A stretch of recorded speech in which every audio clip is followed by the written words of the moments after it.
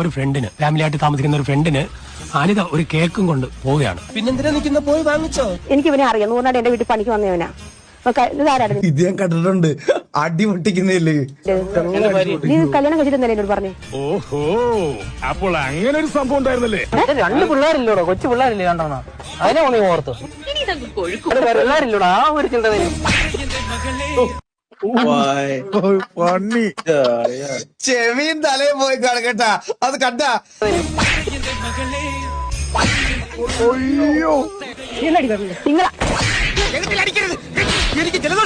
വേറെ കുണപ്പിക്കേണ്ട കാര്യമില്ല.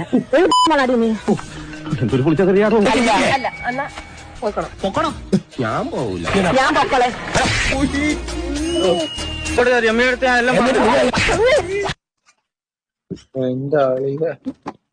അങ്ങേർക്ക് മറ്റേ ഐഡിയ ആയിപ്പോയി. മരിച്ചാൽ ഐഡിയ പറയില്ലേ?